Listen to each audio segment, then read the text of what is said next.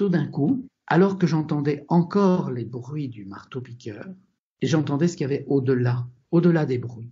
Et au-delà des bruits, il n'y a que du silence. C'était énorme, parce que je l'ai vraiment entendu, je l'ai vraiment senti. Mon corps l'a senti. C'est pas descriptible, parce que de toute façon, ça vient d'un espace qui est au-delà des mots. C'est vraiment la connexion avec l'énergie pure de la vie, et l'énergie pure de la vie, c'est l'amour. La petite voix, la petite voix, la petite voix, la petite voix. Bonjour, je suis Herveline et j'ai le plaisir de vous présenter La Petite Voix, le podcast qui donne la parole à ceux et celles qui nous font du bien. Ils sont psy, sophrologues, magnétiseurs ou autres et se consacrent à notre bien-être et à notre développement personnel. Que vous soyez sceptique ou convaincu, vous serez sûrement curieux de leurs histoires.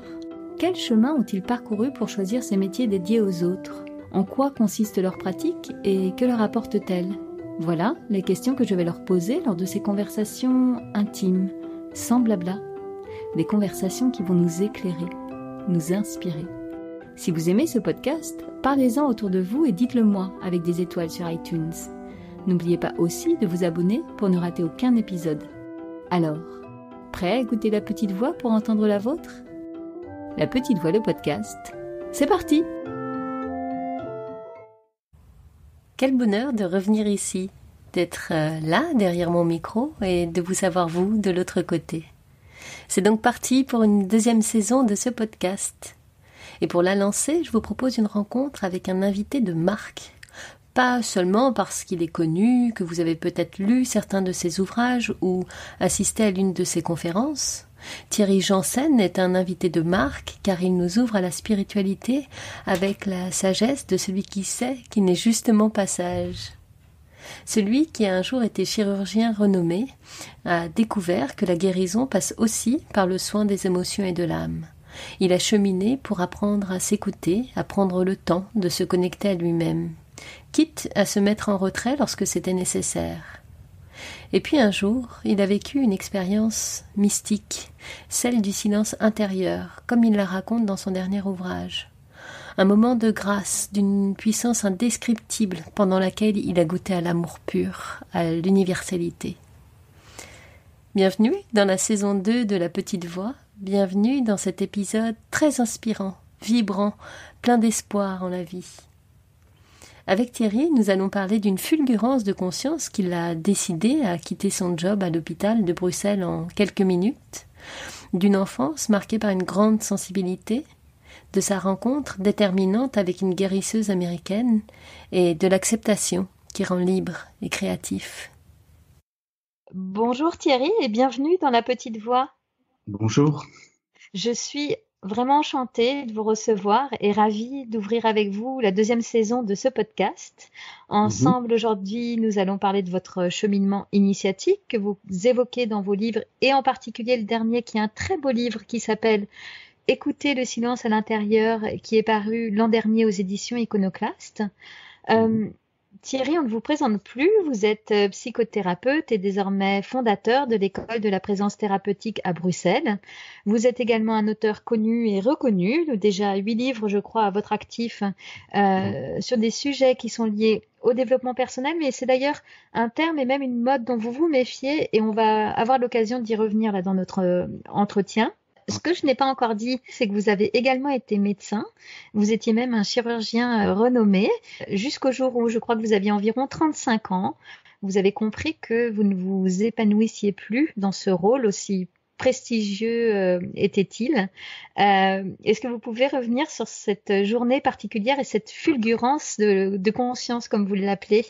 Oui, c'était le 5 janvier 98 et je dirais pas que j'ai compris quelque chose ce jour-là, j'ai juste écouté.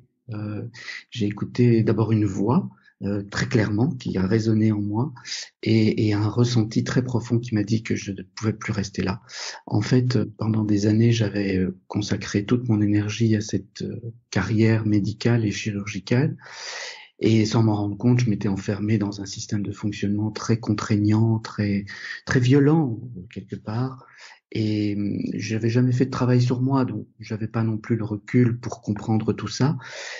Et je travaillais dans un hôpital universitaire à Bruxelles et j'ai décidé de le quitter pour, tout en restant au sein de la même université, prendre des fonctions avec de plus grandes responsabilités dans un des autres hôpitaux de cette université. Et le 5 janvier 98, lorsque j'ai pris mes fonctions, je promets que 1 heure avant, je ne savais pas, même 5 minutes avant, je ne savais pas que j'allais arrêter mon métier. Incroyable.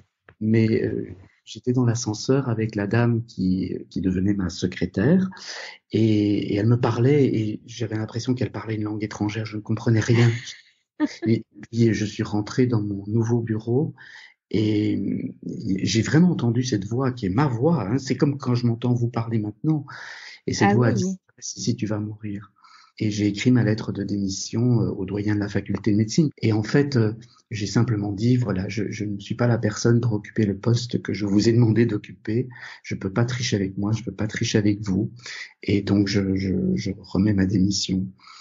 Et puis, j'ai quitté l'hôpital en remettant cette lettre à un des chefs de clinique du service. Quand je suis arrivé à la maison, enfin, déjà dans la voiture, j'ai eu un contact avec la personne avec qui je vivais et je dis mais c'est de la folie, qu'est-ce que tu es en train de faire? Je dis je sais pas, mais je sais ce que je ne ferai plus.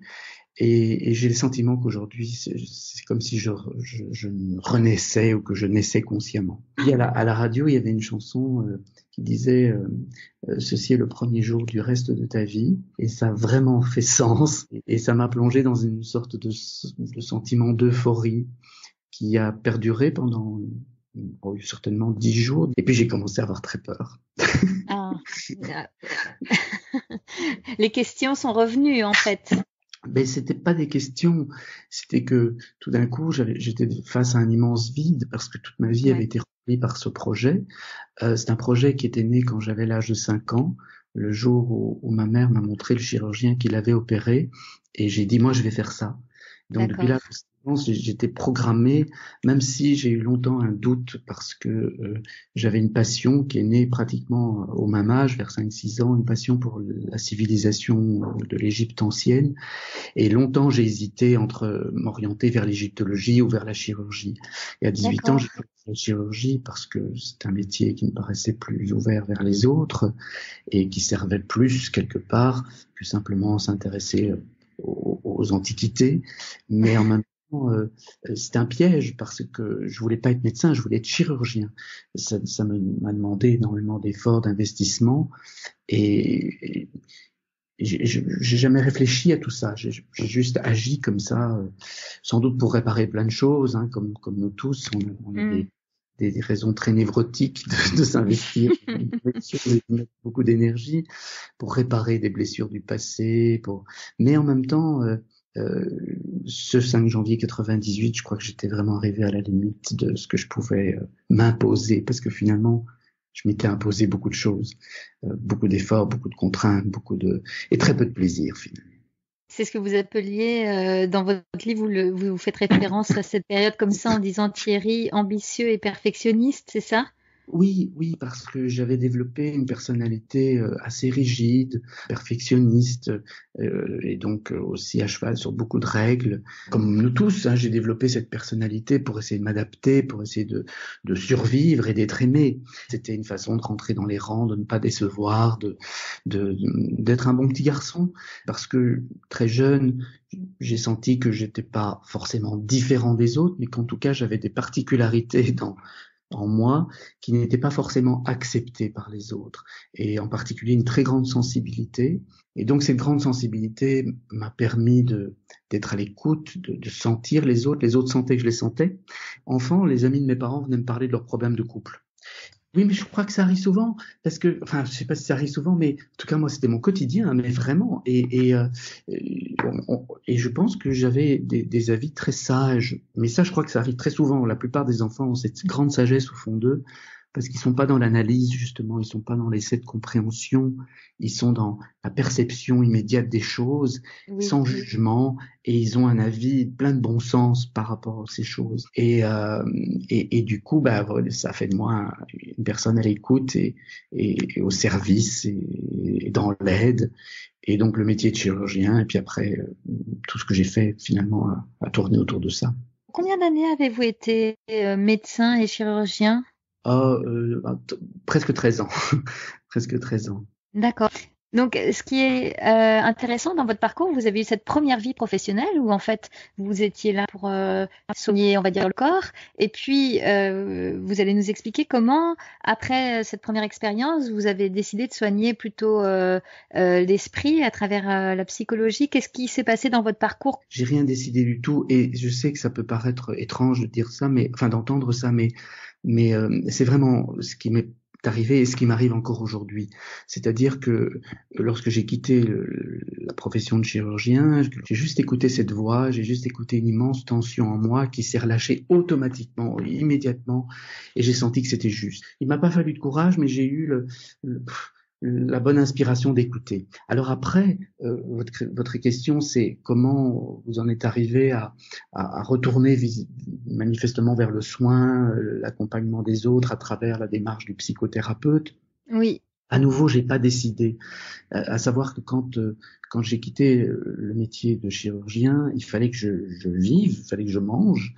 J'ai entendu qu'il y avait un couturier italien, il s'appelle Giorgio Armani, qui cherchait un directeur pour sa marque Emporio en France. J'ai dit, moi, je vais faire ça.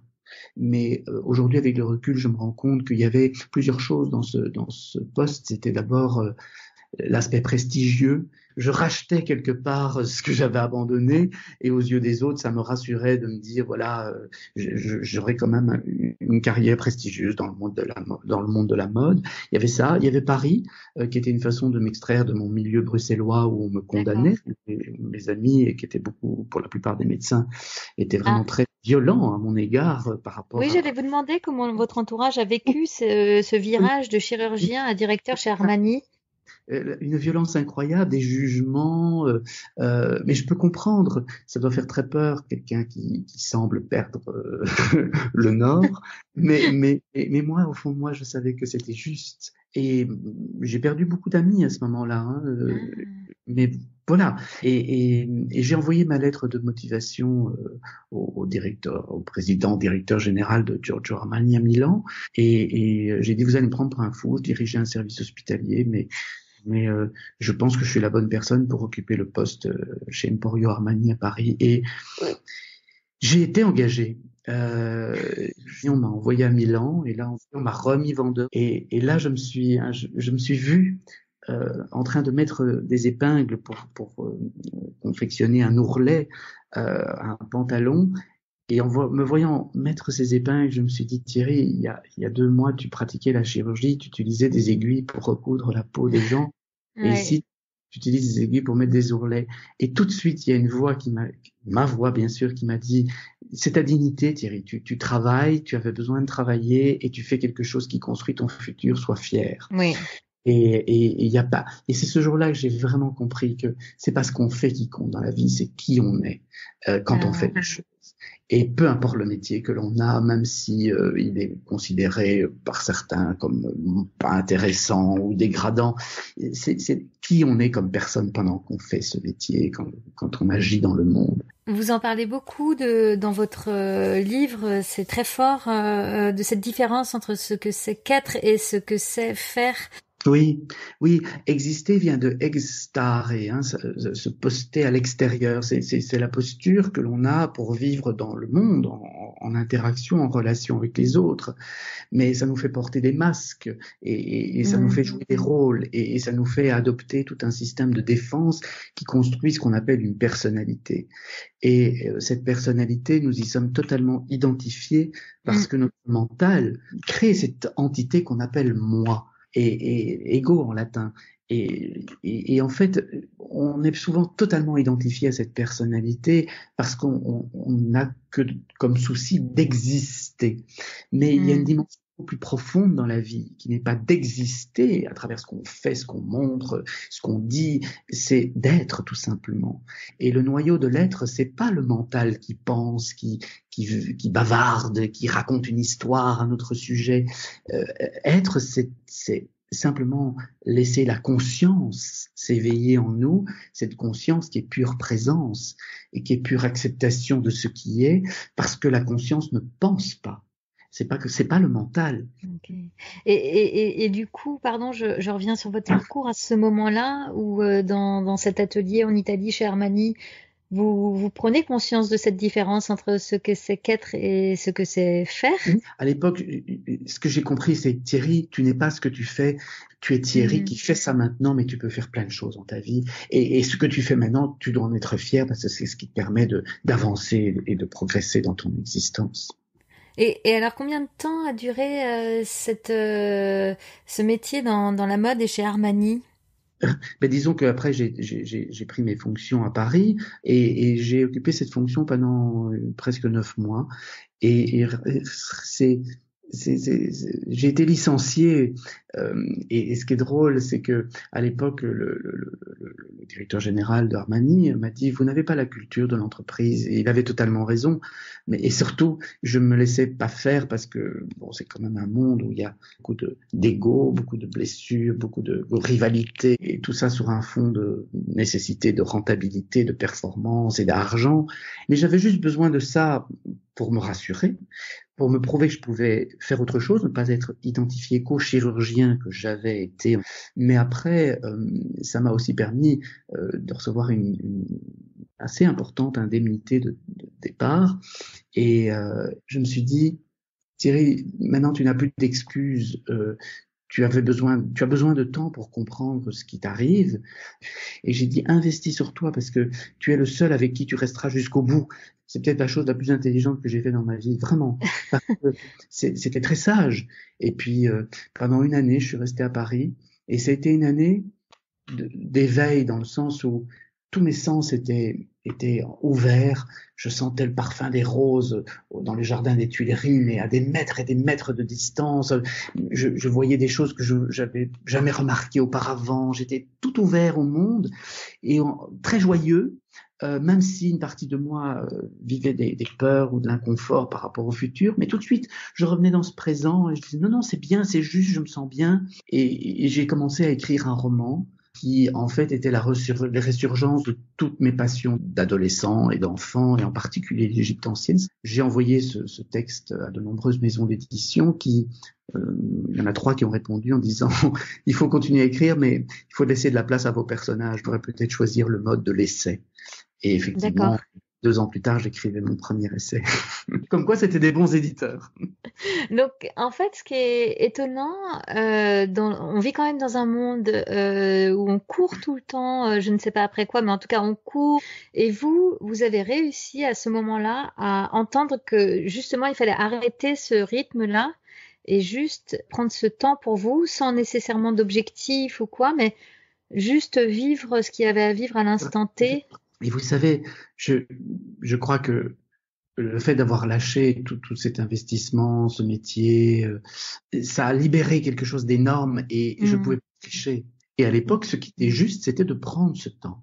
En fait, j'ai l'impression qu'en prenant ce moment sabbatique, je sais pas comment le qualifier autrement, vous avez créé cet espace-là pour la conscience. Oui, je n'ai rien créé du tout. Ça, c'est l'ego. Ça, c'est encore notre mental et notre personne, hein, notre moi, qui pense que c'est lui qui crée les choses. En fait, non. C'est justement parce que mon mental s'est calmé que la conscience a pu s'éveiller en moi. C'est la conscience qui est en nous tous. Mais que nous n'écoutons pas, que nous ne laissons pas s'éveiller parce que notre mental prend trop de place dans ses identifications à notre petite personne. Et c'est pour ça que la méditation est si puissante. Chaque fois que on calme le mental, donc on calme l'ego, la conscience peut s'éveiller. On parle beaucoup dans le développement personnel, etc., de lâcher prise. Très mal compris, parce que lâcher prise, c'est encore presque un acte. Hein. Je décide qu'il faut que je lâche. Non. Lâcher prise, c'est laisser être les choses comme elles sont et ne pas les contredire et les écouter. Parlons-en, puisque vous évoquez le développement spirituel. Je voulais faire cet aparté sur cette mode et ce que vous appelez vous parfois l'ego spirituel. Oui, parce que vous avez dit développement spirituel, mais je pense que vous vouliez dire développement personnel. Oui, absolument, oui. Pardon. Pour moi, c'est vraiment très très important parce que vous voyez, depuis le 19e siècle en Occident, on a tout un courant qui est né, qu'on appelle le courant d'abord de la psychanalyse et de la psychologie, qui s'est intéressé à la construction de la personnalité, à la construction du moi. et qui, du coup, a pu répondre à pas mal d'interrogations. Le problème, c'est que dans une culture comme la nôtre où l'intellect, le mental a été tant valorisé, cette psychologie a donné lieu à ce qu'on a appelé le mouvement du développement personnel, et même récupéré par le coaching pour en faire des personnes plus efficaces, plus performantes, notamment dans le travail. Tout ça n'est pas négatif, je ne critique pas. Mais par contre, j'essaie de regarder, de monter un petit peu au sommet de la montagne ou dans l'hélicoptère pour avoir une vision plus large et comprendre que le développement personnel, il y a un grand piège là derrière, c'est que ça devienne un développement de l'ego. Et du coup, on voit des gens qui font plein de stages, qui font plein de démarches de développement personnel pour mieux se connaître, mais qui deviennent terriblement intransigeantes, qui deviennent terriblement tournées vers elles-mêmes et qui finalement oublient que cette petite personne que nous sommes, elle fait partie d'un beaucoup plus grand ensemble et que nous devrions mettre cette personne au service de plus grand qu'elle, ce plus grand que nous, qui est en nous. C'est l'essence de l'être, c'est la vie en nous, c'est cette conscience et cet esprit, l'esprit de la vie. Et du coup, là, nous rentrons plus dans le développement personnel, mais dans quelque chose de spirituel. Et je crois que il n'y a pas de chemin de développement personnel qui va vraiment à son accomplissement sans s'intégrer dans une démarche d'approfondissement spirituel. Et de la même manière, il n'y a pas de développement ou plutôt d'approfondissement spirituel sans avoir un regard du côté du développement personnel. Donc, psychologie et spiritualité vont ensemble et se nourrissent l'une l'autre et sont le garde-fou de l'une et de l'autre. En fait, ce que j'entends dans la pure conscience dont vous parlez, dans la spiritualité, il y a vraiment quelque chose d'universel qui nous dépasse. Bon, ce sont des mots incompréhensibles quand on en fait l'expérience. C'est cette expérience du silence, justement, d'où nous regardons le monde sans le juger, sans le commenter, juste en l'accueillant pour ce qu'il est. Et cet accueil dans cet espace de pure conscience n'est possible que quand le cœur est ouvert. Ce sont, comme je dis, ce sont des mots, mais quand on en fait l'expérience, ça devient vraiment une évidence.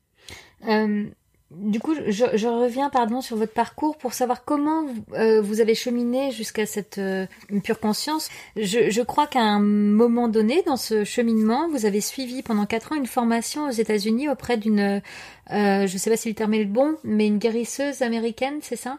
Oui, ça c'est une histoire, c'est plus qu'une histoire, c'est un moment important. Donc j'avais travaillé pour Armani à Paris et puis je restais vivre une année dans une forme de retraite où j'ai écrit un roman et puis je me laissais être au monde. J'étais dans le présent absolu, c'était incroyable. Et dans ce présent absolu, j'ai découvert un livre qui m'a bouleversé, qui s'appelait Le pouvoir bénéfique des mains, écrit par une Américaine qui s'appelle Barbara Boranon. Et cette femme avait été physicienne à la NASA et la façon dont elle écrivait me parlait énormément. Et pourtant, le sujet qu'elle abordait était totalement en dehors des sentiers battus du monde dit rationnel, puisqu'elle parlait de champs d'énergie. Mais le livre était tellement bien structuré et ce qu'elle disait résonnait tellement avec ce que j'avais comme ressenti depuis l'enfance que j'ai été vraiment bouleversé. Et j'ai commencé à rencontrer des gens et notamment une femme qui me dit « Oh, moi, en vous voyant, je me dis que vous devriez aller dans l'école où va ma mère. » J'ai dit « Votre mère va dans quelle école ?» Et elle me dit « Oh, c'est une école aux États-Unis créée par une physicienne de la NASA qui s'intéresse aux champs d'énergie, au chakra. » Et je venais de lire le livre. Incroyable. Donc, cette information venait à moi, j'ignorais qu'il y avait cette école. Et donc, finalement, je me suis retrouvé dans cette école.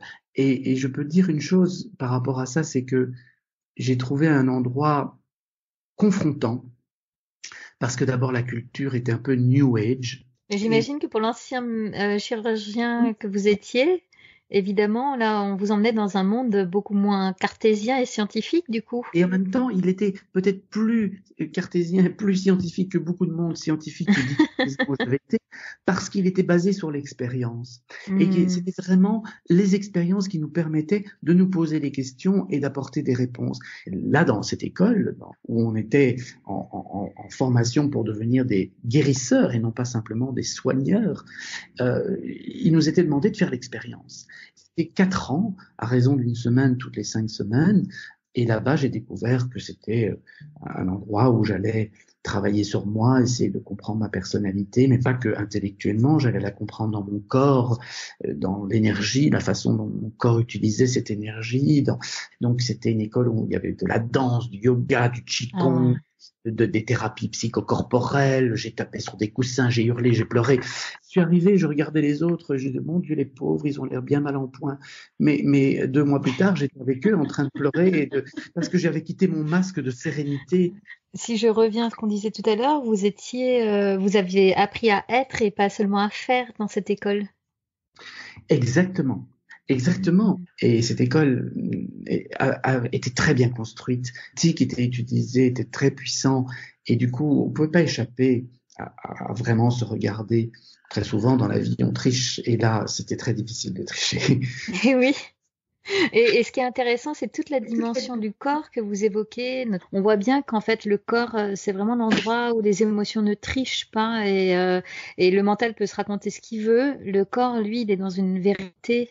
Vous savez, le corps, pour moi, c'est quelque chose de central depuis tout petit. Quand j'étais enfant, j'avais un corps déformé. Les autres enfants s'en moquaient beaucoup. Et j'avais cette grande sensibilité. J'ai été contraint à faire de la gymnastique médicale 3 heures par semaine, 3 heures par jour, 3 jours par semaine. C'est très, très contraignant. Et en fait, j'ai appris à aimer dans mon corps grâce à 2 choses. Tout d'abord, la danse. J'ai commencé très jeune dans ma chambre. Et la deuxième chose, c'est la sexualité. J'ai eu une sexualité très jeune. Ça m'a permis d'habiter mon corps, d'avoir envie d'y rester, de se rendre compte que c'était pas qu'un lieu de souffrance, mais c'était aussi un lieu de plaisir. Et vous évoquiez l'émotion là tout à l'heure en disant pas, mais en fait, l'émotion est un phénomène corporel. C'est un signal qui nous renseigne sur la qualité de nos expériences, qui nous dit ça c'est bon, ça c'est pas bon pour nous.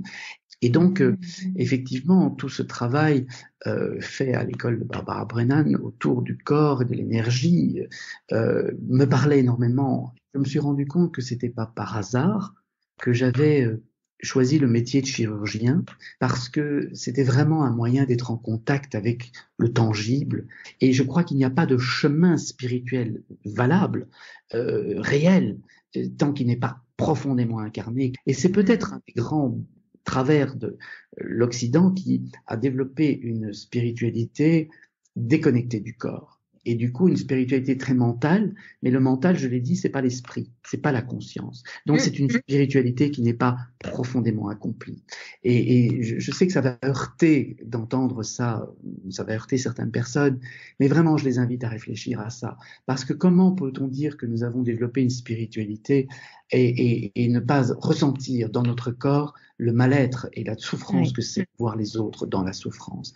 Tant que nous n'avons pas ressenti la souffrance dans notre corps, nous ne pouvons pas être en empathie et en compassion pour l'autre. C'est très très important qu'on revienne à une spiritualité profondément incarnée. Et l'Orient nous attire de ce point de vue-là, il s'est moins désincarné, il a privilégié la présence à l'expérience à travers l'expérience méditative, l'immersion dans la réalité telle qu'elle est, cette expérience mystique où le mental ne vient pas analyser mais simplement lâche et laisse la conscience percevoir. Et c'est très très important qu'on revienne à une spiritualité profondément incarnée.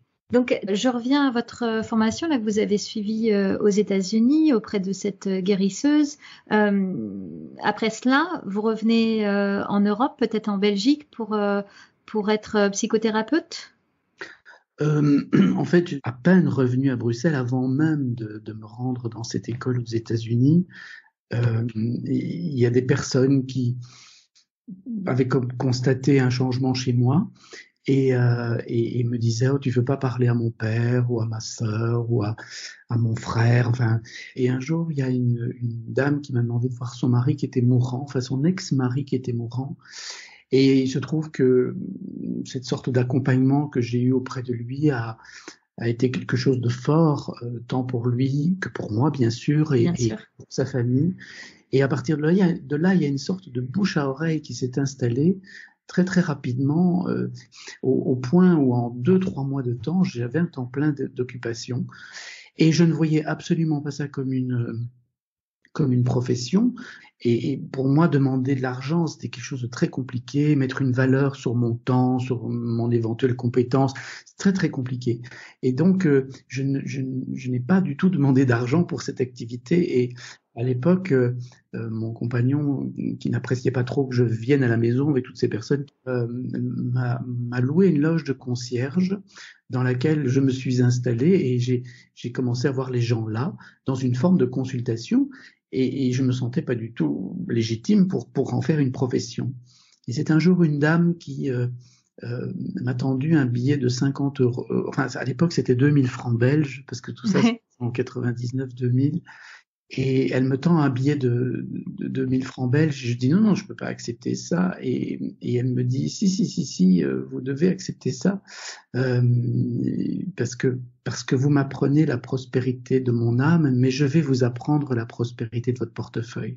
Mais du coup, ça m'a posé un problème parce que je me suis dit mais voilà, dans une profession. Et oui. Mais bon, voilà, j'ai commencé et comme je ne me sentais pas légitime, j'ai voulu écrire mon premier ouvrage, Le travail d'une vie, dans lequel je racontais simplement comment j'abordais notre personnalité et ce qu'il y avait au-delà, c'est-à-dire le fond de l'être. Et ce livre a été accepté chez Robert Laffont et ça, oui, ça a créé une forme comme ça de dynamique positive. J'étais débordé de demandes de consultation et 2 ans plus tard, j'ai décidé de mettre un terme à cette consultation pour quelques semaines, voire quelques mois, parce que je voulais écrire un autre livre que j'ai intitulé Vivre en paix. Ce livre, c'était suite à l'effondrement des tours du World Trade Center à New York en 2001. J'avais besoin d'écrire ce livre sur la paix en soi, la paix avec les autres, la paix dans le monde, la peur qui est le contraire de l'amour, enfin toute cette thématique-là. Et finalement, le livre a été publié et je suis très heureux parce qu'encore aujourd'hui, je reçois du courrier de lecteurs qui sont accompagnés, qui sont inspirés par ce livre qui est très simple, mais qui, voilà, est une façon d'entrer dans cette démarche. Ce n'est que 4 ans plus tard que j'ai senti ce besoin d'écrire un livre qui venait réconcilier en moi le médecin, puis ce thérapeute, et j'avais besoin de faire ce pont, et j'ai écrit La solution intérieure vers une nouvelle médecine du corps et de l'esprit. Est-ce qu'on peut faire une parenthèse là-dessus? C'est très intéressant, ce point-là que vous soulevez dans ce livre, sur est-ce que vous, l'ancien chirurgien, vous comprenez pourquoi la médecine classique, avec des guillemets, a tant de difficultés à appréhender les approches plus alternatives? Oui, parce que c'est l'intellect, le mental qui définit cette personne que nous sommes. Il est dans la peur et il a besoin de dominer, de comprendre pour dominer le monde. Et il est dans un paradigme finalement de combat. Et toute une économie s'est mise en place là autour où finalement on a beaucoup d'intérêt à créer des moyens de réparer ou de pallier à des manques, mais où finalement on dépense très peu d'énergie à prévenir le problème. Il y a toute une activité économique qui se développe et les hôpitaux sont aujourd'hui gérés comme des usines parce qu'il y a des intérêts économiques. Ce faisant, nous ne respectons pas la nature et notre propre nature parce que nous sommes une émanation de la nature, nous faisons partie de la nature, nous sommes la nature. Et chercher le bonheur en niant la nature, c'est nier nous-mêmes. Et on voit aujourd'hui le mode de vie que nous nous imposons pour avoir ce confort, qui est finalement presque une anesthésie générale, hein. Mais oui, parce que c'est sûr que la vie est plus douce, mais en même temps, nous sommes de plus en plus fragiles face à la difficulté et à la souffrance. Et donc, nous avons besoin de plus en plus de confort. Et pendant ce temps-là, donc de plus en plus, nous consommons ces moyens d'être dans le confort, mais nous n'écoutons pas qui nous sommes vraiment. Et nous nous imposons des rythmes de vie au nom de ce confort qui sont absolument délirants. Quand vous voyez les gens dans le métro le matin, fatigués parce qu'ils n'ont pas dormi assez, parce qu'ils ont dû déposer les enfants à la crèche tôt le matin et qu'ils ont encore 1 heure de trajet avant d'arriver sur leur lieu de travail, un lieu de travail où il y aura une tension énorme et ils seront pas heureux et on s'impose ça et on refait le même chemin le soir, on reprend ses enfants à la crèche et on les tape devant la télévision ou une tablette le temps de réchauffer un plat qui est plein de pesticides et de substances qu'il ne faudrait pas citer dans notre alimentation. Mais tout ça est délirant. Et il faut pas s'étonner d'avoir de plus en plus de gens qui font des burn-out, et ce burn-out est comme un appel de la vie en eux qui dit non, arrête de t'imposer tout ça. Et puis des gens qui ont des dépressions, et puis malheureusement des gens qui ont des maladies physiques aussi, comme le cancer, qui est clairement une conséquence de tout ce mode de vie. Et dans votre dernier livre, vous parlez beaucoup justement de cette idée d'aller peut-être finalement vers plus de dépouillement, plus de simplicité, et vous posez la question de là où est le vrai progrès.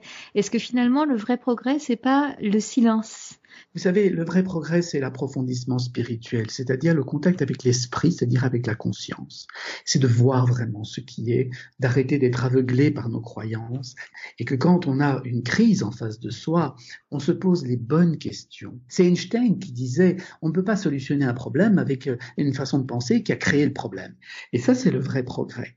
Mais tant que nous serons pris dans cette idée que nous sommes tout puissants, que nous pouvons créer un monde et le façonner comme nous le voulons, eh bien, nous connaîtrons de plus en plus de tensions, de mal-être, parce que nous serons de plus en plus déconnectés de notre propre nature et de la nature en général. Mais peut-être que c'est la nature, justement, qui va nous rappeler à l'ordre. C'est la nature qui va nous imposer sa loi.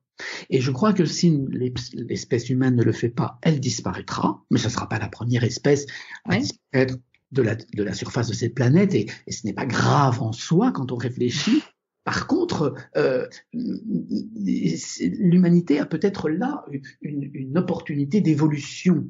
Et cette évolution, personnellement, peut-être que certains vont trouver mon propos délirant, mais je crois qu'elle ne peut se faire sans un approfondissement spirituel. Et tous les êtres qui, dans leur propre vie, ont manifesté quelque chose de spectaculaire vers plus d'apaisement, plus de simplicité, effectivement, et plus de retour à l'essence et à l'essentiel, ce sont les êtres qui ont vécu ce parcours de connexion à l'esprit en eux, c'est-à-dire la conscience. Et quand je parle de la conscience, j'insiste que c'est la conscience et pas ma conscience. C'est cette conscience paisible, silencieuse et qui accepte ce qui est tel que c'est.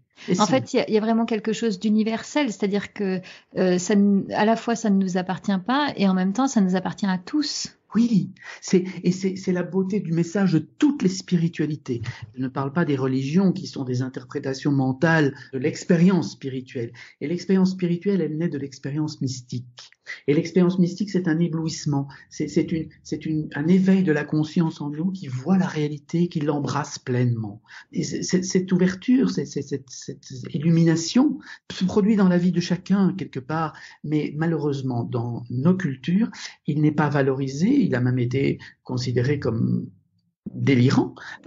On a encore tendance à croire, à pathologiser l'expérience mystique, alors que c'est une expérience qui est commune, naturelle pour l'être humain, et qui lui donne accès à un niveau de conscience qui est celui de la pure conscience.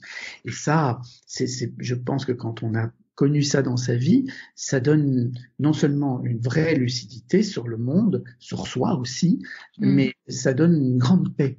Et est-ce que vous pouvez puisqu'on évoque là les expériences mystiques, est-ce que vous pouvez me parler de cette expérience que vous partagez dans votre dernier livre sur le silence intérieur? Comment, dans un contexte qui pourtant ne s'y prêtait a priori pas, vous avez rencontré ce silence intérieur? Ah, moi je croyais que j'avais déjà connu des vrais éveils de la conscience, et je vous promets, hein, j'en suis le premier étonné, et je ne l'ai pas recherché. Mais ça s'est produit en 2012. J'étais à mon bureau en train de me préparer à travailler sur l'ordinateur, parce qu'à l'époque j'écrivais une chronique pour Psychologie Magazine. Ouais. J'étais assis en face de l'ordinateur dans mon bureau, et tout d'un coup il y a eu un bruit de travaux dans la rue. C'était notamment un marteau-piqueur, et tout de suite mon mental m'a dit: ah, mais je vais pas pouvoir écrire ma chronique, parce que avec ce bruit-là, je ne vais pas pouvoir me concentrer. Et je me suis dit: non, Thierry, il faut que tu calmes ce mental, et le meilleur moyen que tu as pour le faire, c'est de revenir à ta méditation. J'étais en train d'essayer de calmer le mental par cette autorégulation, en constatant simplement les émotions, les sensations, les pensées qui surgissaient en moi. Et tout d'un coup, alors que j'entendais encore les bruits du marteau-piqueur, et j'entendais ce qu'il y avait au-delà des bruits. Et au-delà des bruits, il n'y a que du silence. C'était énorme, parce que je l'ai vraiment entendu, je l'ai vraiment senti. Mon corps l'a senti. Et j'ai vraiment, à ce moment-là, compris que le silence n'est pas l'absence de bruit. C'est l'espace dans lequel tous les bruits apparaissent et disparaissent. Que le silence ne peut pas être créé parce que il est de toute éternité. Il était là avant que j'existe, il sera encore là après que j'ai fini d'exister. Le silence est, tout simplement, il est cette conscience. Et c'était énorme. Ça s'est répercuté dans mon corps par un sentiment d'ouverture de ma poitrine, enfin pas un sentiment, une sensation, et une grande chaleur et une grande paix. C'est pas descriptible parce que de toute façon ça vient d'un espace qui est au-delà des mots. C'est vraiment la connexion avec l'énergie pure de la vie, et l'énergie pure de la vie, c'est l'amour. C'est l'énergie qui fait tourner les planètes les unes autour des autres, c'est l'énergie qui fait la cohésion de nos cellules dans notre corps, c'est l'énergie qui relie tout.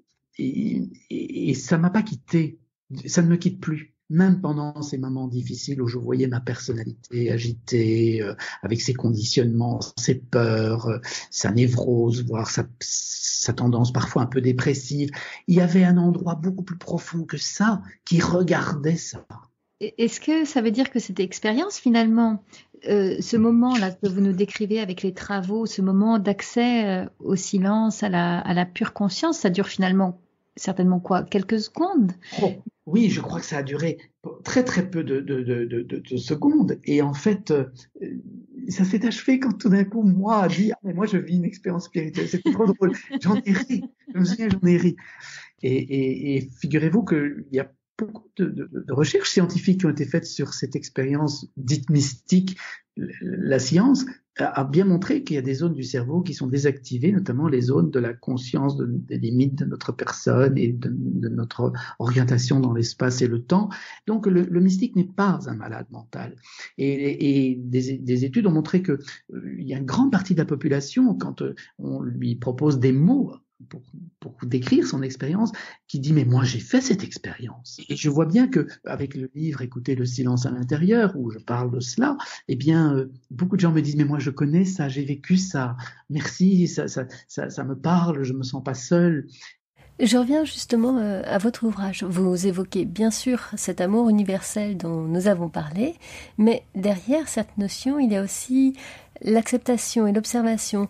Et vous faites un distinguo très clair sur le fait qu'accepter, ce n'est pas se résigner. Et vous expliquez au contraire combien il y a une grande liberté à être dans cette conscience-là. Oui, parce que effectivement, beaucoup de gens se disent oui, mais si j'accepte cette situation, si j'accepte, alors je ne vais plus évoluer, je vais me résigner. Et oui. Non, surtout pas se résigner. La résignation, ça a été bien décrit, c'est un des grands facteurs de dépression. Effectivement, il y a une grande liberté dans cette conscience de la vie parce que on voit ce qui est, on l'accueille, on peut pas le nier. Mais après, on a une responsabilité, c'est-à-dire une habilité à apporter des réponses. Et on peut faire quelque chose avec ce qui est. Et on redevient créateur. Dans cet espace de la conscience qui est en nous, qui est en chacun de nous, il y a l'espace source de la création. Est-ce que je continue à fonctionner comme j'ai toujours fonctionné, ou est-ce que je mets quelque chose d'autre en place, vu que j'ai constaté que ce que je faisais aboutissait à des impasses ou à des conséquences négatives. Et quand on est relié à cette vie comme ça, pure en nous, il y a une émotion qui est là, qui est la joie. Et cette joie n'est pas le contentement, ne dépend pas de quelque chose d'extérieur à nous. Et c'est cette joie, je l'ai entendue, enfin je l'ai sentie lorsque j'entendais le marteau-piqueur et le silence qu'il y avait au-delà. Mais le vrai lâcher-prise, c'est juste dire ok, je me laisse glisser dans ce qui est et je l'accepte pleinement, tout en sachant que je ne devrais pas me résigner, car quand je l'aurai accepté, quelque chose de joyeux en moi va se remettre en mouvement et je pourrai créer quelque chose à partir de ça. En fait, ce qui est formidable là, dans la manière dont vous présentez cette expérience-là, c'est qu'on entend bien qu'il y a cet accès, cette plongée possible dans le silence intérieur, dans la pure conscience, mais ça ne vous sort pas de la réalité du quotidien. On entend qu'en fait vous êtes aussi confronté, je ne sais pas, au stress d'un rendez-vous peut-être, de l'énervement quand c'est dans des embouteillages. pour autant, vous allez vous plonger, vous allez avoir accès à ce silence intérieur pour décanter ça. Est-ce que c'est comme ça que ça se passe? Absolument. Mais je reformulerai ça en disant que c'est pas que j'ai accès à ce silence, c'est que je laisse ce silence se révéler. Ah. Et qui est le je qui laisse ce silence se révéler? Eh bien, c'est ma petite personnalité avec ses modes de fonctionnement, ses conditionnements, ses a priori, ses discours tout faits et ses peurs, bien sûr. D'accord. Donc ça, c'est chouette de vous l'entendre dire. En fait, vous n'êtes pas devenu un homme différent et complètement imperturbable aux aléas de la vie, petit ou grand. En réalité, vous les vivez de manière très humaine. Et je les vis non seulement de façon bien sûr humaine comme nous tous, mais très intense. Parce que quand la conscience est là, eh bien, on peut pas tricher. Oui. Une émotion désagréable, elle est vraiment désagréable. Mais elle se dissout dans cet espace de conscience, dans cet espace d'accueil. Mais c'est vrai ce que vous dites, parce que quelque part, quand j'ai publié Écouter le silence à l'intérieur, où je raconte notamment un adultère que j'ai commis, entre guillemets, il y a des gens qui m'ont dit, vous, avec votre sagesse, votre chemin, vous en êtes encore là. Je dis, mais oui, surtout, je suis là. Je suis un être humain, je suis vivant, et je dois regarder qui je suis, et essayer de faire quelque chose avec ça, et essayer de faire le moins de mal possible, à moi et aux autres, mais en étant honnête avec moi et les autres. Et c'est tout pour moi, c'est la seule vraie spiritualité. C'est d'être dans cette réalité-là. Donc on voit bien qu'on n'est pas à l'abri des aléas. Vous parlez même dans votre livre de la nuit noire de l'âme que vous avez vécue, vous, de manière vraiment très douloureuse, parce qu'en fait, après cette expérience extatique, en fait, vous avez appris à vos dépens que ce n'était pas un état d'éveil définitif. Oui, effectivement. Et ce qui s'est produit, c'est que après la publication de Confidence d'un homme en quête de cohérence en 2012, j'ai eu comme un passage à vide comme ça. Mais ce livre était tellement authentique et tellement honnête que j'avais l'impression d'avoir tout dit. Et ma personnalité était comme perdue, parce que comment elle allait faire pour continuer à exister maintenant que tout était comme dévoilé et déposé. Et c'était comme une mort.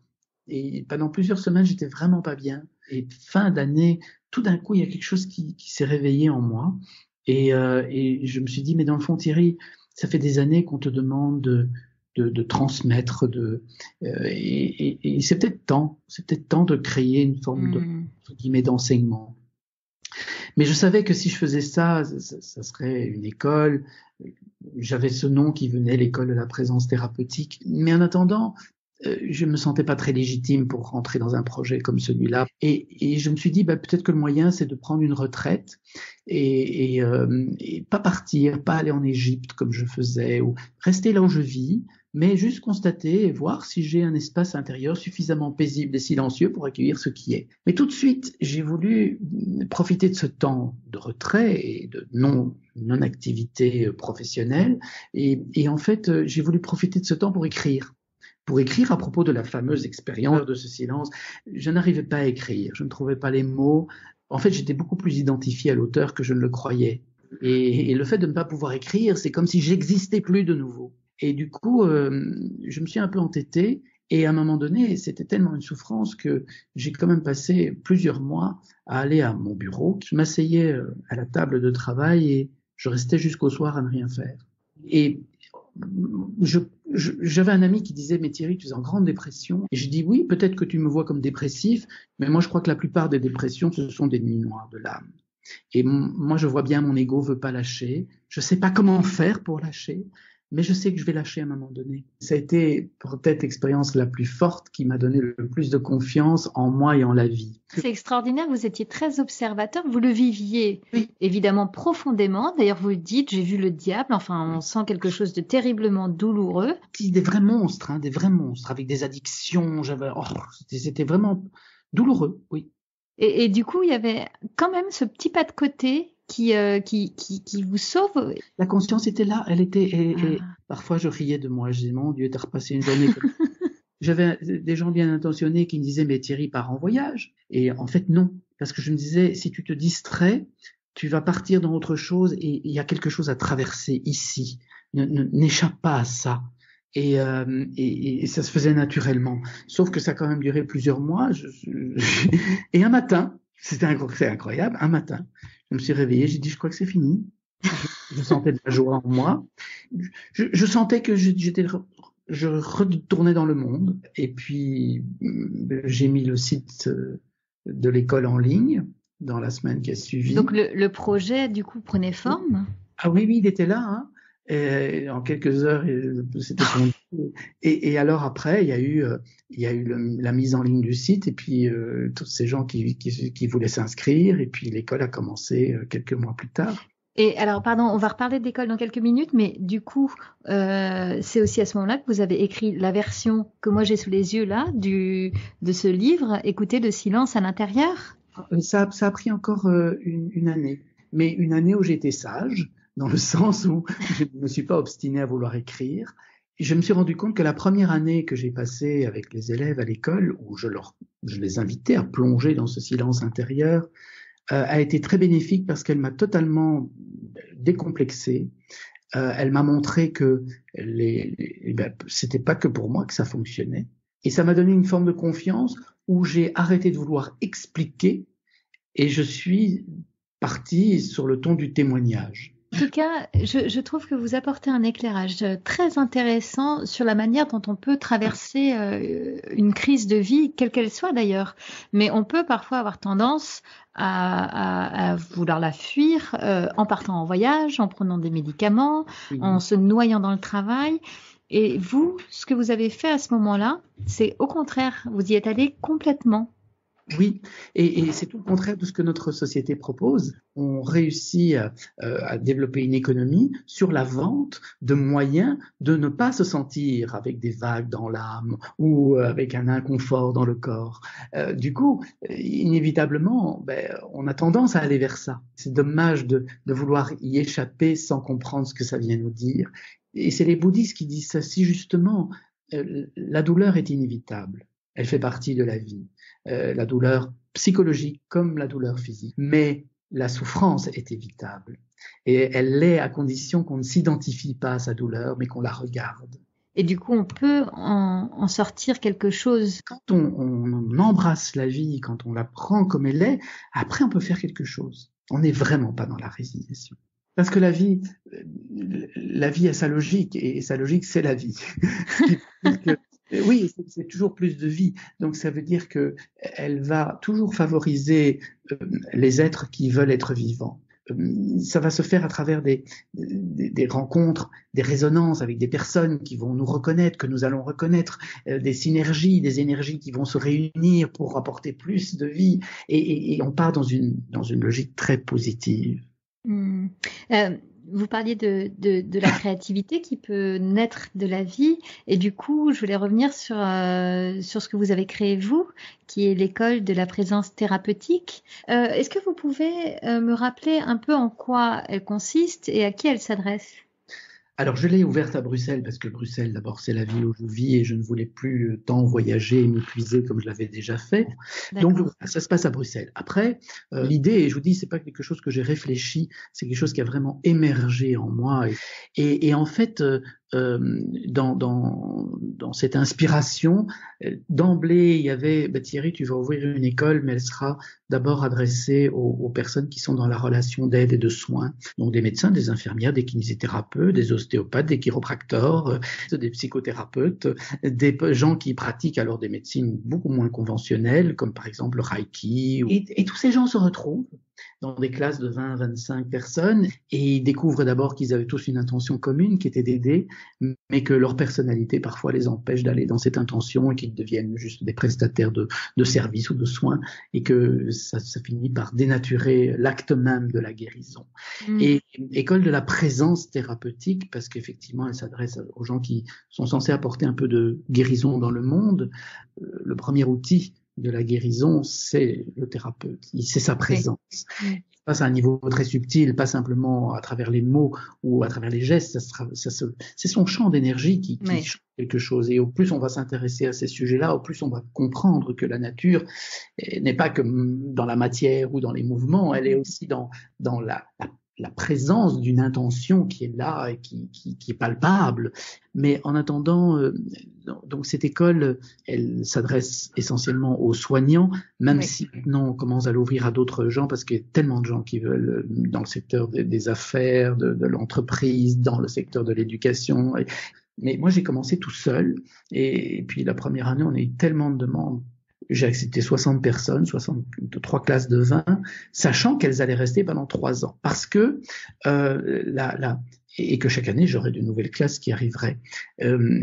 Parce que d'emblée, j'ai senti qu'il fallait aussi proposer quelque chose qui allait en profondeur. C'était pas du tout une critique de ma part, mais il faut quand même se rendre compte qu'on propose aujourd'hui beaucoup de week-ends, de développement personnel, qui ont une fonction très bénéfique, qui réveillent les gens, qui ouvrent des perspectives, qui mettent en mouvement. Mais il faut aussi des lieux où on va en profondeur. Et donc, d'emblée, il y avait un axe dans l'école qui serait un programme de 3 ans. Et ça s'est imposé à moi que ça allait s'appeler initiation et accompagnement à la présence thérapeutique. Et initiation, c'est important. Je sais que ce mot peut faire peur parce qu'on dit, mais enfin, c'est qu'on est dans quelle secte? Et dans toutes les cultures traditionnelles, le futur soignant, il subit une initiation qui est faite de rituels. Mais quand on regarde un petit peu comment ces rituels sont organisés d'une culture à l'autre, ils viennent tous réveiller la même chose, c'est-à-dire une connexion avec notre nature profonde et un dépassement de nos peurs pour aller au-delà de cette construction de l'ego et rentrer en contact avec cette prajna, avec cette inspiration, cet esprit, cette conscience qui nous rend plus sages. Et on a des outils extraordinaires aujourd'hui, on a des gens hyper compétents, très très bien formés, mais que font-ils avec ce qu'ils ont appris? Au service de quoi le mettent-ils? Donc, l'école est bien sûr une école spirituelle. Je sais que ça peut faire bondir certaines personnes, mais en même temps, je vois que ce mot est beaucoup moins grossier aujourd'hui qu'il ne l'était il y a 15-20 ans, alors que la spiritualité est un des fondements de notre humanité, cette compréhension de l'esprit des êtres et des choses. Et nier ça, c'est tellement dommage. Et ça revient beaucoup, comme vous dites, il y a eu un mouvement là ces dernières années très très fort, ou peut-être qui répond certainement à une forme de quête de sens. Et vous savez, ça doit passer par une pédagogie. Il y a quelques années, je déjeunais avec Jon Kabat-Zinn, cet homme qui a fait ce travail remarquable d'introduire la méditation sous sa forme de pleine conscience. Et je lui disais, mais pourquoi, lors d'une intervention que nous avions fait, lorsqu'il avait répondu à une personne qui posait clairement une question par rapport à la spiritualité, pourquoi n'avait-il pas prononcé le mot spiritualité? Mais il m'avait dit non, mais tu sais, c'est un mot quand même un peu sulfureux et pas toujours bien compris. Et je lui disais oui, mais alors c'est à nous à faire une pédagogie, à expliquer ce que ça veut dire. Et en fait, il m'a répondu yes, but that's the job for the next generation. Et il avait raison parce que c'est un travail pour la prochaine génération. Tellement l'humain pour cette méditation de la pleine conscience. Oui. Mais je fais partie de la génération. Et vous faites, c'est ça, ouais. Et je ne serai pas le seul. Je ne suis pas le seul parce qu'il y aura de plus en plus de gens qui parleront comme ça, puisque revenir à comprendre l'esprit des êtres et des choses est indispensable. En fait, j'ai l'impression qu'on est en train de vivre un retour aux sources. D'ailleurs, vous l'évoquez quand vous parlez des cultures ancestrales, aborigènes, etc. En fait, on revient à ce que eux ont pleinement vécu et vivent encore pleinement. Oui. Complètement. Et eux ne sont pas déconnectés. Nous sommes singulièrement déconnectés. Et on nie même nos racines, on oublie nos ancêtres, on oublie d'où on vient. Et donc l'école de la présence thérapeutique, elle avait cette volonté de proposer un parcours profond. Et à côté de ça aussi, quand même, des ouvertures vers le grand public qui ne pouvaient pas forcément aller tout de suite à cette profondeur, à travers des ateliers d'éveil, de reconnexion à la vie, des ateliers très joyeux, très festifs, où on danse, où on chante, mais on médite. L'école, aujourd'hui, elle accueille 75% de Français qui viennent de tous les coins de France. Elle accueille 15% de Belges et puis des gens qui viennent d'un peu partout. Il y en a qui viennent du Maroc, de la Réunion, enfin de pays où il y a la langue francophone est d'usage. C'est une très belle aventure et je suis très très admiratif est touché, vraiment touché par le travail que font les élèves qui viennent dans cette école, qui ont entre 21, le plus jeune à 21 ans, c'est un étudiant en médecine, oui, en effet, déjà. et des gens qui ont 70 ans et qui ont des carrières derrière eux. Certains ont publié des livres, sont reconnus, des psychanalystes, des psychiatres, des médecins. Et je suis très, comme je disais, admiratif, touché de voir des êtres humains qui ont cet engagement, surtout la première année, parce que la première année, c'est soi avec soi, c'est redécouvrir le moi, l'ego. Et très souvent, ils souffrent de découvrir tout ça en eux. On veut pas regarder tout ça. Mais quand le cœur commence à s'ouvrir, alors non seulement on peut voir chez soi, on commence à mieux voir chez l'autre. On n'est plus du tout dans le jugement et on rentre dans une démarche de vraie guérison. Et alors, la deuxième année, c'est vraiment le rapport à l'autre. Et la troisième, c'est à ce qui est entre moi et l'autre, c'est-à-dire cet invisible qui n'est visible qu'à l'œil du cœur, disait Saint-Exupéry. Mais c'est tout ce que cette école propose. Donc voilà, c'est une belle aventure. On ne sait pas où elle va mener. Aujourd'hui, je commence à être entouré. J'essaye d'avoir un noyau autour duquel l'école peut continuer à grandir et à s'enrichir d'autres sensibilités, d'autres présences. C'est tout un travail et que je découvre moi-même dans la transmission à ces membres du noyau que j'appelle les pépins du noyau. Et on forme une jolie petite équipe maintenant. Et puis ceux qui ne participent pas à l'école mais qui y ont passé 3 ans, eh bien ils vont retourner dans leur vie avec quelque chose. Je dis toujours que c'est pas l'école qui leur a donné quelque chose. Ils ont eu l'occasion de récupérer, de redécouvrir quelque chose qui était déjà au fond d'eux.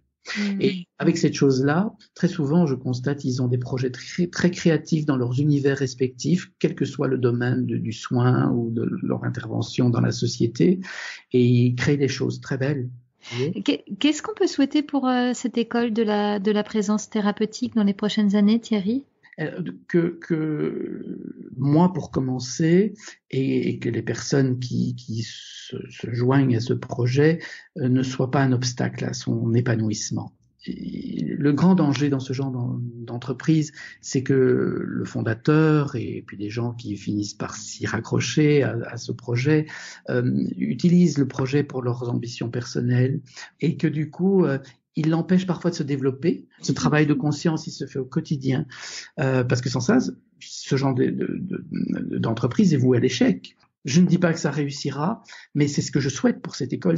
Et pour vous, alors Thierry, qu'est-ce qu'on peut vous souhaiter pour les années à venir ?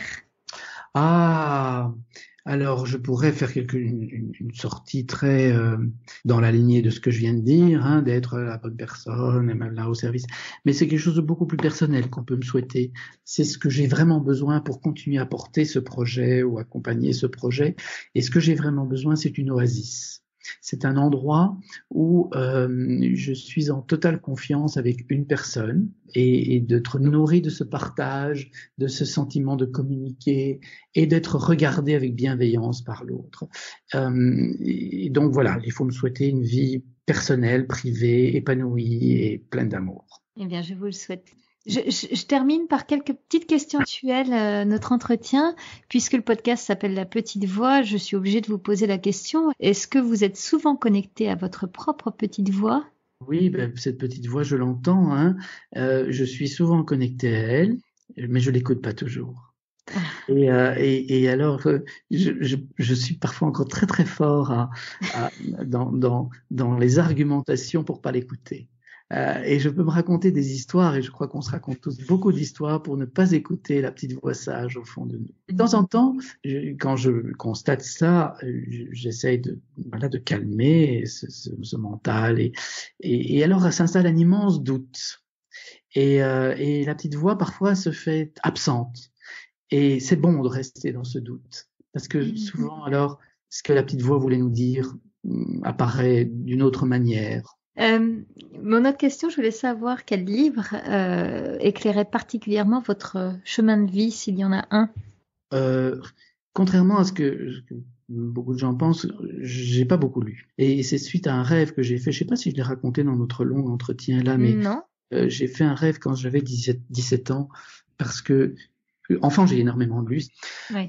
J'ai beaucoup lu de livres sur l'Antiquité, l'Égypte et tout ça aussi. Et puis, je me suis intéressé au bouddhisme et tout. Et surtout, après la mort de mon cousin, qui était aussi un ami très, très, très, très proche et qui s'est tué dans un accident de moto. Il avait 18 ans, j'en avais 17. Et après sa mort, j'ai commencé non seulement à lire encore davantage, et beaucoup plus de philosophie, de métaphysique, de spiritualité. Et ça a duré 2 ans. Et puis, un jour, j'ai fait un rêve. Et dans le rêve, je marchais dans l'allée centrale d'une cathédrale toute blanche, de style gothique.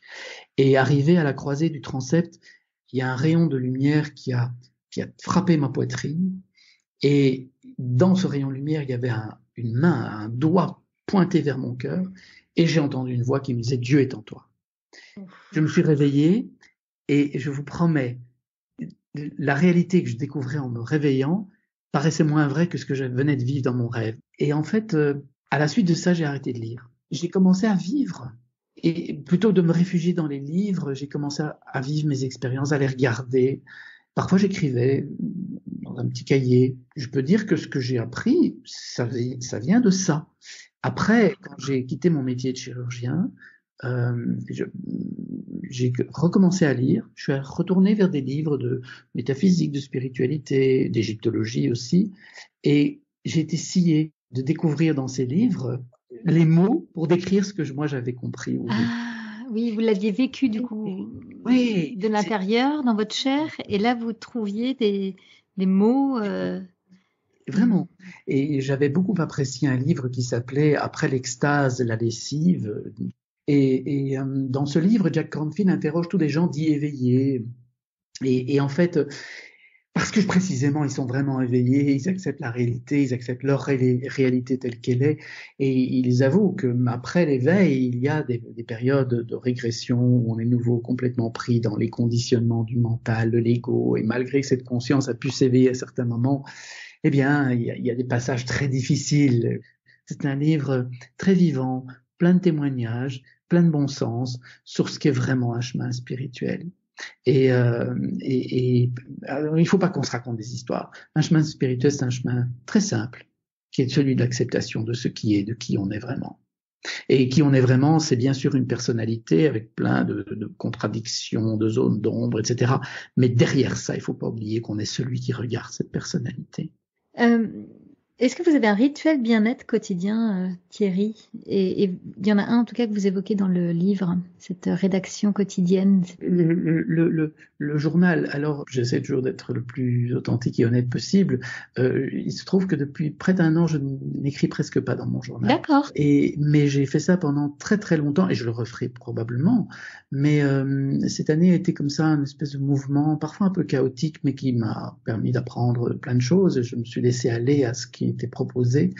Mais le journal, ça a été pour moi, et c'est pour beaucoup de personnes à qui je le recommande, un outil merveilleux parce que c'est votre thérapeute qui vous regarde avec bienveillance. Dans le journal, je ne raconte pas ma vie, je me posais simplement des questions. Pourquoi aujourd'hui j'étais nouveau tendu ? Pourquoi aujourd'hui j'étais nouveau dans le même schéma ? Et alors les réponses viennent quand on se pose. Il y a des études qui ont montré, même au niveau du cerveau, que ça fonctionne pas de la même manière et qu'on recycle émotionnellement et du coup les stress disparaissent beaucoup mieux quand on utilise l'écrit en plus de la parole. Et vous avez ce truc extraordinaire avec ce carnet et je trouve l'idée formidable et on peut tous se l'approprier si vous le voulez bien, c'est de mettre sur la couverture une photo de vous enfant. Ah oui. Oui. À chaque année, j'en fais une photocopie et je la mets à l'entrée de mon nouveau carnet. Quand je regarde les yeux de cet enfant et je vois la bonté qu'il y avait en lui, la pureté, la joie, l'éclat de vie, et puis je me rends compte que l'adulte que je suis devenu a souvent cassé ça, empêché ça. Et tout le travail, on va pas dire le travail, mais tout le parcours, toute l'intention en tout cas, c'est de laisser ça revivre en nous. Parce que souvent on dit oui, l'enfant intérieur il est plein de souffrance, ça. Oui, bien sûr il est plein de souffrance, mais il est plein d'essence aussi. L'essence de la vie en nous qui est arrivée toute pure, qui était bien déformée, bien abîmée aussi par les blessures, les conditionnements, les croyances. Mais cette essence est là et cet enfant il faut l'écouter et c'est se mettre à son service. Ma dernière question, Thierry, et finalement c'est peut-être la plus importante, est-ce que vous êtes heureux ? Oh, alors là, c'est une question à laquelle je ne sais pas répondre parce que pour moi, le concept de bonheur et d'être heureux, c'est juste un concept. J'avais écrit le défi positif, une autre façon de parler du bonheur et de la bonne santé, et j'aimais cette phrase qui disait il y a autant de définitions du bonheur que d'êtres humains sur cette terre, hein, et parce que finalement, le bonheur, qu'est-ce que c'est? Il y a des études scientifiques, enfin psychologiques, qui ont montré que pour la majorité, quelles que soient les cultures, quels que soient les âges, etc., c'est d'abord exprimer le meilleur de soi, acté au service avec les autres. Il semblerait que c'est ce qui rend le plus heureux. Mais en ce sens-là, oui, je pense que je suis relativement alors heureux parce que j'ai l'impression d'arriver à exprimer quand même beaucoup du meilleur de moi et en tout cas d'essayer de le faire en contact avec les autres et si possible au service. Mais ça reste du concept pour moi. Et je vous dirais que je ne jauge pas mon état d'être au fait que je suis heureux ou pas heureux, parce que souvent ça se limite à être content ou pas content. Mais je préfère dire est-ce que je suis joyeux ou pas. Et je me rends compte que je suis profondément joyeux, même si il y a des couches parfois un peu sombres ou un peu défaitistes ou un peu découragées comme ça. Mais fort heureusement, elles sont beaucoup moins présentes que par le passé. Je sais l'héritage que j'en avais de mon père en particulier, mais en même temps, je sais que tout au fond, il y a une vraie joie. Et c'est cette joie qui me donne envie de danser, de partager, d'aimer, d'être curieux. Et donc, dans ce sens-là, oui, je pense que je suis quand même assez joyeux. Oui, oui. Une jolie façon de conclure notre entretien. Merci beaucoup Thierry, vraiment d'avoir partagé vraiment avec vraiment beaucoup de sincérité, de générosité votre cheminement intérieur. Je trouve ce qui est très inspirant, c'est à la fois qu'on voit toute cette lumière que vous portez à travers notamment cette expérience mystique, mais aussi vous ne trichez pas avec vos zones d'ombre, les passages douloureux que vous évoquez, et du coup, en révélant ces zones d'ombre, vous révélez les nôtres et par là même aussi notre propre lumière. Donc c'est vraiment un message qui est vibrant et plein d'espoir et de foi en la vie. Et puis je fais une parenthèse aussi pour remercier les éditions Iconoclaste qui ont rendu cet entretien disponible. Oui, magnifique. Magnifique. Merci pour ce temps et super bonne vie à vous. Hein. Merci beaucoup Thierry, très bonne continuation à vous. La Petite Voix, le podcast, c'est fini pour aujourd'hui. Rendez-vous mardi dans 2 semaines pour le prochain épisode. Si celui-ci vous a plu, alors dites-le moi avec des étoiles sur iTunes. Parlez-en aussi autour de vous. Et pour ne rater aucun épisode, pensez à vous abonner sur votre appli de podcast ou sur les réseaux sociaux. Vous me trouverez en cherchant La Petite Voix, le podcast sur Facebook, Instagram, Twitter et YouTube. D'ailleurs, c'est sur ces pages que je vous raconte les coulisses de ma rencontre du jour et que vous trouverez toutes les références de l'épisode. Une dernière chose qui me tient vraiment à cœur, je serais ravie d'échanger avec vous sur vos impressions, de recevoir vos questions et vos suggestions sur les invités que vous aimeriez entendre. Alors surtout, n'hésitez pas à m'écrire. Merci beaucoup et à bientôt sur La Petite Voix.